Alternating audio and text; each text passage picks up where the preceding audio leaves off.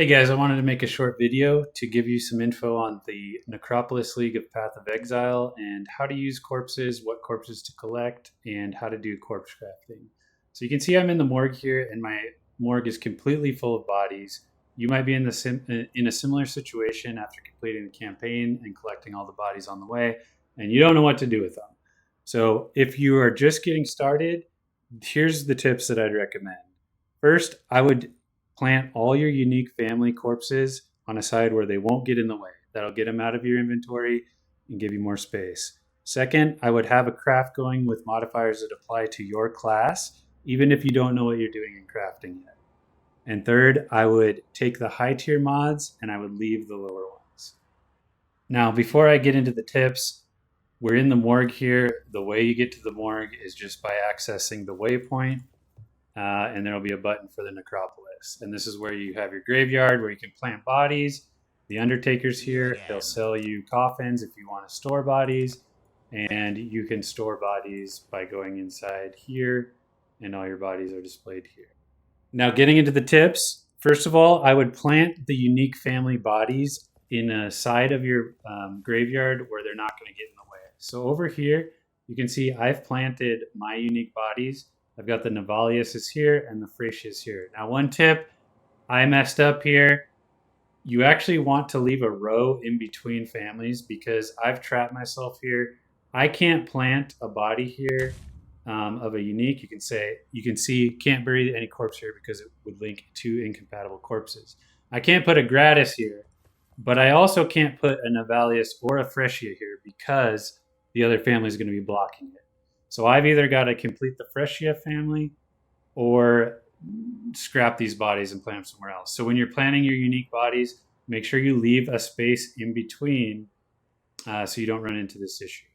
That will at least get them out of your inventory and give you more space to collect more bodies.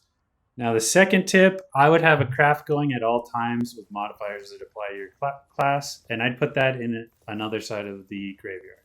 So you can see right now, I've got a craft going here. This is eventually going to be boots. I'll show you more on that later.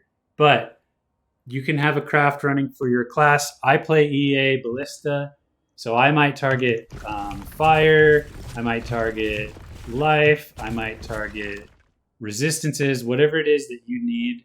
I would just plant any modifiers you find that apply to your class. Even if you don't know what you're doing, it's a good way to get started and get those bodies out of your inventory and allow you to collect more bodies. Now, my final tip, take high tier mods, leave lower ones. We need to get into what modifiers are actually available. So you'll run into a few different types of mods that you'll see over and over. There's increased chance and there's scarcer. And what these are going to do is give you a better chance to roll the specific tags or a worse chance to roll those specific tags. Again, you want to target things that are good for your class. Life is good for pretty much everyone, especially if you're playing hardcore. But these will give you a better chance to either see the tags you want or not see the tags you don't want. There's also a modifier tier set of bodies, and what these are going to do is make the specific tags stronger. So a plus 100 to life will get you access to the higher tiers of life. So instead of rolling 10 life, you might roll 50, 60, 70, the higher tiers. The more of these you put in, the higher tier you're going to get. And then there's unique bodies, which we've already talked about. If you collect 4 of a specific family, you get a unique. So if I collect all 4 Verusos and plant them next to each other, I get the unique for that family. I think those are good to save and just plant them, off to the side, like I said before. There's some other good ones in here, and you'll have to decide. I think the split and mirrored copies are going to be really good. People will probably pay for these, so I would grab those anytime you see them. Other ones I like to see are Vermilion rings. I haven't found one yet, but I'll definitely save those once I see them. And some of these other things could be good. Now, in terms of the tip of higher tiers, when you're looking at these, there's a range. So 500% chance increase is the highest of that tier, of that type of mod. So I would grab any 500% and I would not grab any 100% because that's the lowest tier. So those are clearly not as good.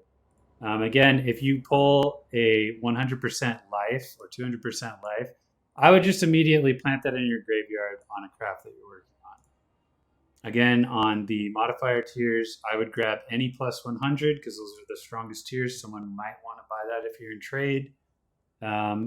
But I wouldn't grab a plus 25 to modifier tier unless, again, it applies to your class and it could go on the craft you're working on. Same thing with some of these. So there's +1 to minimum number of link sockets up to a maximum of 4. That is the lowest tier you can get in the link sockets mod. So these are pretty common. You don't really need to save these. You can use them. I did have some success using 4 of these to guarantee 4 link sockets, and I ended up getting 5. So they can be good, but they are pretty common. If you see any +1 to mins up to a max of 5, those are good, and 6 is good as well. Those are rare. I've actually never seen these yet. So again, I would lean towards the stronger tiers in these mods and maybe not collect as many of the lower tiers. Or if you need to burn off some of your corpses, go ahead and burn the 100% increased chance or the 25 +25 modifier tiers rather than the others. So that's pretty much it on what bodies to save, which bodies to burn. Now, one other thing to know is that you can store bodies. Again, you can go to the Undertaker. You can buy a coffin from him for 1 chaos, and then that allows you to store any of the bodies you have stored here. Now, personally, I'm only going to do this with, say, the mirror copy and split copy because I think those will be valuable and those will sell. The other ones I'm not really sure about, as there's not a lot of people corpse crafting yet and the market hasn't really been set. So I'm only going to store, for example, this create a split copy. I think that'll be worth money. I can store that in a coffin. And again, that frees up one of your 64 slots, and then you're able to collect more bodies. So that's it. I just wanted to give some tips on what bodies should you keep, which bodies should you not, and kind of unclog that 64 slot graveyard that you start with. Thanks for watching. I stream on Twitch. I'm starting a new channel, so if you'd like, come check me out. I've got links below.